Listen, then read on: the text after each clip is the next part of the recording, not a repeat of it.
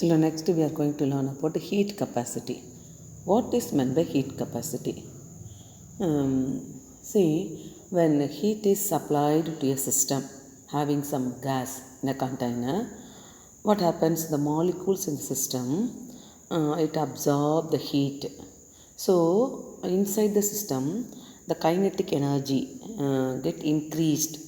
For example, the sum of the energies, transition energy, rotation energy, motional energy, everything get increased. At last, the temperature also get increased. That is, temperature changes from the initial temperature to final temperature T2. This increase in temperature, that is T2 minus T1, is directly proportional to amount of heat absorbed. Heat means Q. Heat absorbed and inversely proportional to the mass of the substance. So, heat capacity Q is directly proportional to mass and change in temperature. Delta T means T2 minus T1. So, taking the proportionality sign, Q is equal to C into M into del T. The constant C is called heat capacity, or C is equal to Q by M into T2 minus T1. This is heat capacity. Now, this heat capacity classified into two. One is specific heat capacity, the other one is molar heat capacity. Specific heat capacity and molar heat capacity. Specific and molar. Here, when M is equal to 1 kg, and T2 minus T1 is equal to 1 Kelvin.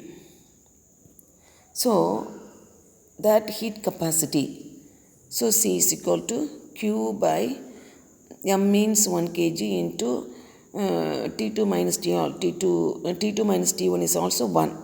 So, C is equal to Q. When this is the case, this is called a specific heat capacity. That is, heat absorbed by 1 kilogram of a substance to raise its temperature to 1 Kelvin at a specified temperature is called a specific heat capacity. Heat absorbed by 1 kilogram of a substance to raise its temperature to 1 Kelvin at a specified temperature is called as specific heat capacity of a substance. What is molar heat capacity? Molar heat capacity means the amount of heat absorbed by 1 mole of a substance to raise its temperature to 1 Kelvin. The amount of heat absorbed by 1 mole of a substance to raise its temperature to 1 Kelvin. That is called molar heat capacity. So, the SI unit of molar heat capacity is joule per Kelvin per mole. The molar heat capacities are expressed either at constant volume Cv or at constant pressure Cp. Constant volume Cv, constant pressure Cp. So, according to the first law of thermodynamics, you know, U is equal to Q plus W. W means work done. W having value from first law of thermodynamics minus P dV. Substitute here. So, taking Q outside, U work U minus W. U minus W.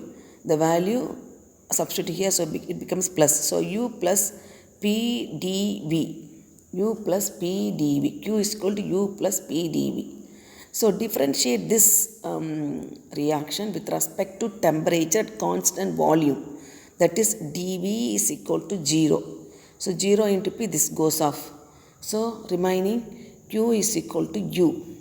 So, differentiate with respect to temperature at constant volume. So, this becomes dou P by dP by dt or dou P by dou T at constant volume equal to du by dt at constant volume. differentiate with respect to temperature at constant volume. Volume kept constant. So Q by T, Q, that is CV equals to du by dt at constant volume. So how CV is defined? CV means molar heat capacity at constant volume. Heat capacity at constant volume defined as rate of change of internal energy. U means internal energy with respect to temperature at constant volume. Change of internal energy with respect to temperature at constant volume. Similarly, the molar heat capacity at constant pressure Cp is defined as dH by dt at constant pressure. So how it is defined? Molar heat capacity at constant pressure can be defined as rate of change of enthalpy with respect to temperature at constant pressure. These are the definitions I have to learn. It is given in book page number 201. So from this, we can learn a relationship between Cp and Cv for an ideal gas. Molar heat capacity at constant pressure, molar heat capacity at constant volume for an ideal gas. So from the definition of enthalpy, that is H is equal to U plus PV. First equation. Now for 1 mole of an ideal gas, already you know ideal gas equation, PV is equal to nRT. Substitute here the value for PV. So H is equal to U plus nRT. Consider this second equation. Substituting equation 2 in 1, we are getting the third equation. Differentiate this equation with respect to temperature. So dou H by dou T is equal to dou U by dou T plus N and R are constant, T, dou T by dou T. Dou T by dou T is 1. So dou H by dou T is equal to dou U by dou T plus NR into 1. NR into 1 is equal to 1. Already you know dou H by dou T is Cp. Already you know Cp. Dou U by dou T is Cv plus NR. So bringing this out Cp minus Cv is equal to NR. So at constant pressure, a system has to work against the surroundings. Hence, the system would require more heat at a given temperature rise at constant volume. So, Cp is always greater than Cv. Now, so from this, how will you calculate delta U and delta H? How will you calculate for calculation of delta U and delta H? So for 1 mole of an ideal gas, we have Cv is equal to du by dt. So from this, du is equal to Cv into dt. For a finite change or small change, d changes to delta V. Del V is equal to Cv into dt. So what is dt? Del V is equal to Cv into delta T for a small change. What is delta T? T2 minus T1. So we can write del U is equal to Cv into T2 minus T1. T2 minus T1. So therefore for n moles of an ideal gas, we can write del U is equal to n into Cv into T2 minus T1. And similarly for n moles for constant pressure, del H is equal to n into Cp into T2 minus T1. Thus we got the value for del U and del H.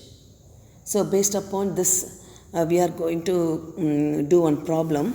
It is given in book page number 202 here.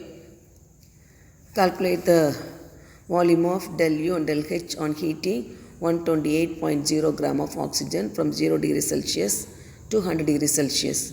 So this is initial temperature, this is the final temperature. Cv and Cp are on an average are 21 and 29 joule per mole per Kelvin. The difference is 8 joule per Kelvin, which is approximately equal to R. So we are going to do now. Already we know. How will you do? Already we know del U is equal to N into Cv into T2 minus T1. Del H is equal to N into Cp into T2 minus T1. Here number of moles N is equal to already given in a book 128 gram of oxygen. Oxygen O2 16 atomic mass, so 16 into 2 is equal to 32. So 128 divided by 32 is equal to 4 moles. Temperature T1 is equal to 0 degrees Celsius, that is 273 Kelvin. Final temperature T2 is equal to 100 degrees Celsius, that is 273 plus 100, 373 Kelvin. So now we apply it in the formula. So del U is equal to N. N means number of moles, 4 into Cv. Cv value given in the book. It is 21 into T2 minus T1. That is T2 373 minus T1 273. So what is the value you got here? 8400 joule. If you are converting for kilojoule, 8.4 kilojoule del U. Similarly, del H.